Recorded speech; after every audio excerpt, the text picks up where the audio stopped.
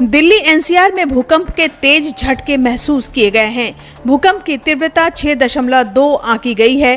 इसकी वजह से काफी देर तक धरती में कंपन होता रहा। नेशनल सिस्मोलॉजी सेंटर के मुताबिक भूकंप का केंद्र नेपाल में था। इस दौरान 2 बार झटके महसूस किए गए। पहला झटका 2:25 पर आया।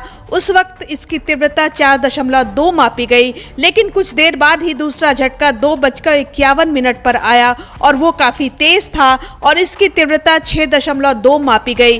भूकंप के इस झटके के दौरान लोग घरों से बाहर निकल आए।